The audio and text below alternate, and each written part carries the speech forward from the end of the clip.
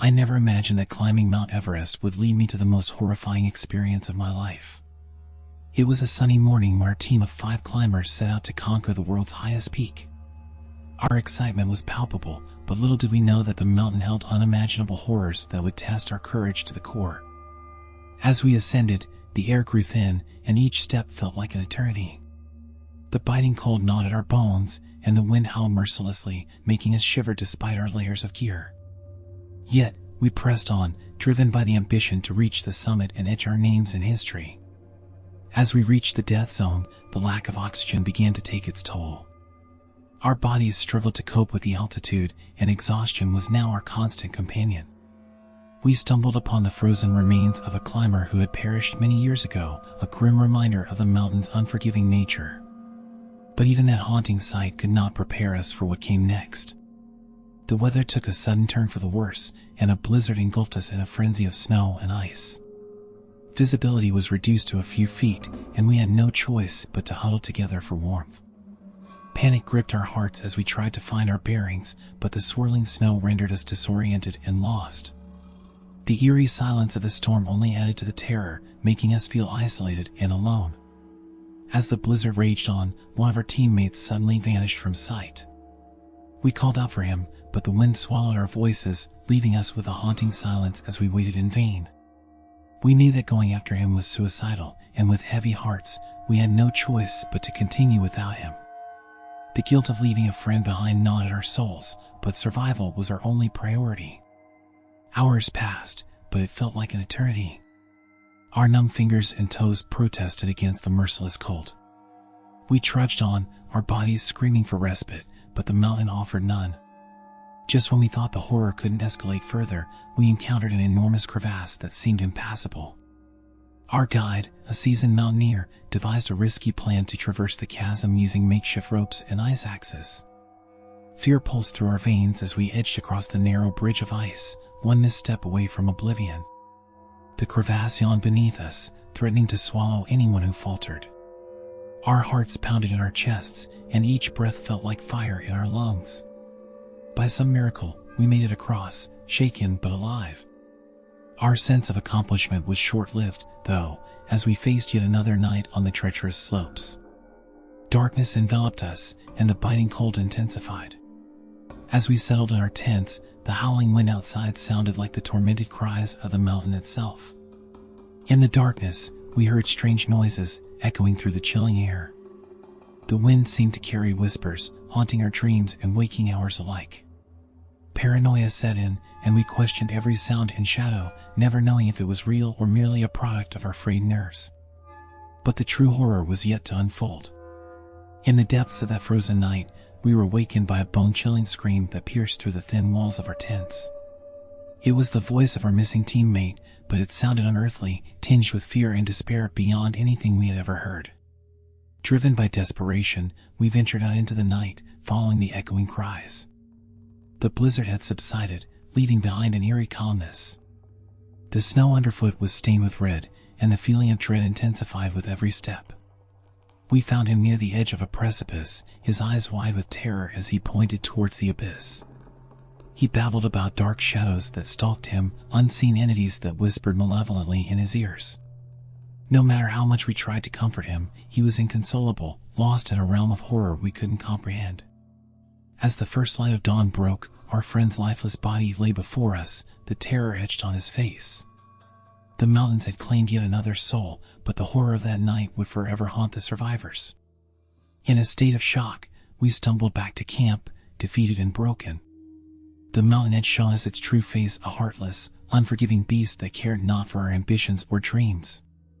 Our descent from Everest was a solemn journey, as we carried the weight of our friend's death and the terrors we had witnessed. In the end, only 2 of us returned from that ill-fated expedition. The mountain had claimed its toll, leaving us scarred and haunted by the horrors we had endured. Our once ambitious spirits were now subdued, replaced by the knowledge that some places are better left unexplored, for they hold horrors beyond our comprehension. To this day, I can still hear the haunting whispers of the mountain, a chilling reminder of the terror that lies hidden in its icy heart. The frozen descent had scarred us in ways no physical injury ever could, and we were left with a newfound respect for the mountains and the horrors they conceal.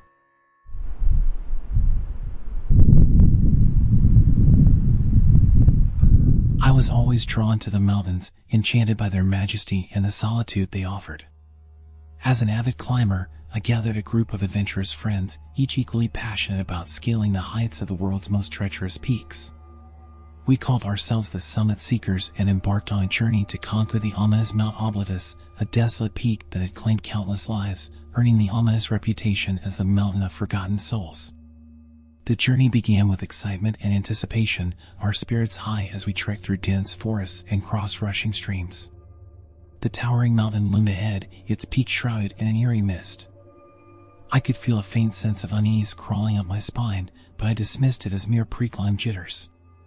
As we started our ascent, the air grew colder, and the wind whispered secrets of the mountain's past. It didn't take long for us to realize that the rumors about Mount Oblitus were not just tales, they were chilling truths. On the first night of our climb, we set up camp near a frozen lake. The howling wind seemed to carry voices from the distant past, and we could swear we heard faint cries for help. But when we searched the surroundings, nothing was there, only the ominous silence of the mountains. As we continued our journey, strange things began to happen. Our ropes, gear, and supplies vanished overnight without a trace. We attributed it to fatigue and high altitudes affecting our memories, but the creeping fear in our hearts refused to go away.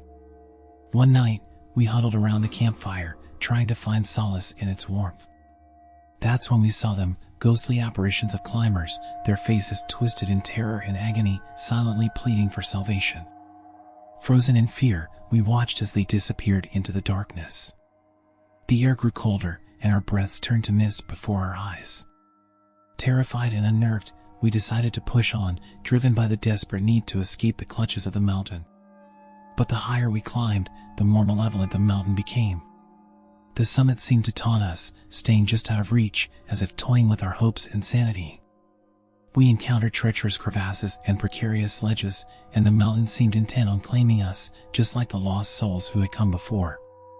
Our group began to splinter, with some members turning back in terror, unwilling to face the horrors that awaited us. As we dwindled in numbers, the mountain's grip on us tightened.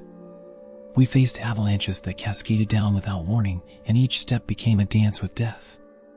Yet, despite the increasing danger, an inexplicable force compelled us to continue, an obsession to conquer the unconquerable. During one particularly harrowing night, I found myself alone in the icy darkness, separated from the rest of the group. My heart pounded like a drum, echoing the thud of each step I took. It was then that I heard the whispers, sinister voices that seemed to come from the very heart of the mountain. "Turn back," they warned. "Abandon your quest."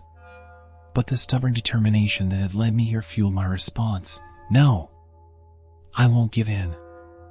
As the echoes of my defiance faded, an unseen force seemed to slam into me, sending me sprawling onto the frozen ground. I clawed at the ice, attempting to regain my footing, but the mountain seemed to have a will of its own, trying to repel me, to crush my spirit. In that moment, I saw them again, the ghostly figures of climbers who had faced the same fate as I. Their eyes were hollow, their skin a sickly shade of blue. They reached out to me, their icy fingers inches away from touching mine. With every ounce of strength I had left, I managed to crawl away, stumbling back towards the main trail. The whispers grew louder, and the shadows seemed to dance in the corners of my vision. The mountain was alive with malevolence, a sentient being that fed on fear and despair. As dawn broke, I stumbled upon the few remaining members of our group, their faces ashen with terror.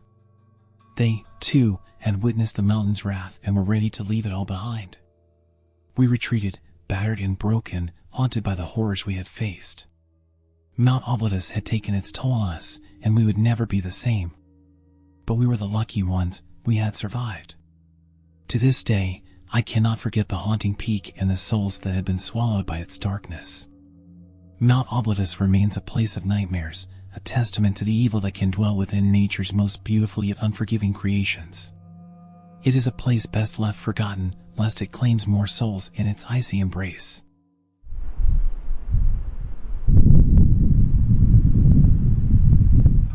It was a treacherous mountain, standing tall and imposing against the bleak winter sky.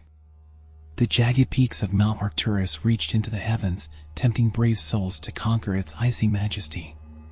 Among those drawn to the challenge were 4 intrepid climbers: Jack, Sarah, Alex, and Emma. They were seasoned mountaineers, each with their share of harrowing experiences, but none of them were prepared for the horrors that awaited them on this treacherous ascent. The first day of their climb began with optimism and excitement. The team was well prepared with their climbing gear, provisions, and knowledge of the terrain. But as they made their way up the unforgiving slopes, the weather took a sinister turn. Dark clouds rolled in, accompanied by fierce winds that whipped at their faces like icy claws. Their visibility plummeted, and the mountains seemed to swallow them in a shroud of chilling mist.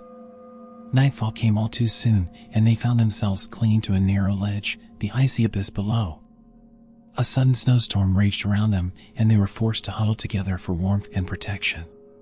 In that suffocating darkness, fear crept into their hearts like a relentless predator. They could hear the ominous creaking of the frozen rock around them, and every gust of wind sounded like a sinister whisper. As they pressed on the next morning, the thin air of high altitude gnawed at their strength. Each step felt like a Herculean effort, and the relentless cold seeped into their bones.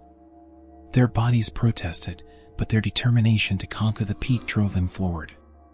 They reached a narrow ridge that seemed to defy the laws of gravity. The path ahead was treacherous, barely wide enough for one person to traverse at a time. One wrong step could send them tumbling down the precipice. Anxiety tightened their chests as they inched their way forward, their eyes locked on the ground beneath their feet. The true horror, however, awaited them as they rounded a bend. There, at the edge of the ridge, they stumbled upon a ghastly sight, a collection of tattered climbing ropes, some stained with dried blood. It was an eerie reminder of those who had attempted this climb before and failed. Fear choked their throats, and they exchanged terrified glances. Their guidebook warned of a legendary section of the mountain known as the Frozen Death Zone. The chilling moniker alone was enough to send shivers down their spines. It was a place where climbers succumbed to the unforgiving cold and oxygen deprivation, their frozen bodies left as a grim testament to the mountain's malevolence. As they trudged on, the air grew increasingly thin, making it harder to breathe. Each gasp for air felt like a feeble attempt to inhale razor blades. Their heads throbbed, and their thoughts became muddled. The lack of oxygen was slowly robbing them of their sanity. But the most horrifying experience awaited them as night descended upon the mountain once again. They sought refuge in a small, ice-covered cave, huddled together for warmth. As they tried to sleep, strange noises echoed through the icy walls. The cave seemed to moan and groan, as if protesting their presence. Then came the whispers, faint, haunting voices that seemed to seep through the icy walls themselves. They couldn't decipher the words, but the chilling, otherworldly sounds chilled them to the core. They clung to each other, praying for morning to come and release them from this frozen nightmare. With the first rays of sunlight, they emerged from the cave, eager to put as much distance as possible between themselves and the terrifying whispers. But the mountain had one last horror in store for them. The narrow path they had followed led them into a dead-end canyon with no apparent way out. Panic surged through their veins, and their hearts pounded in their chests. They were trapped, surrounded by towering cliffs that seemed to mock their futile attempts to escape. The mountain was toying with them, like a malevolent predator toying with its prey.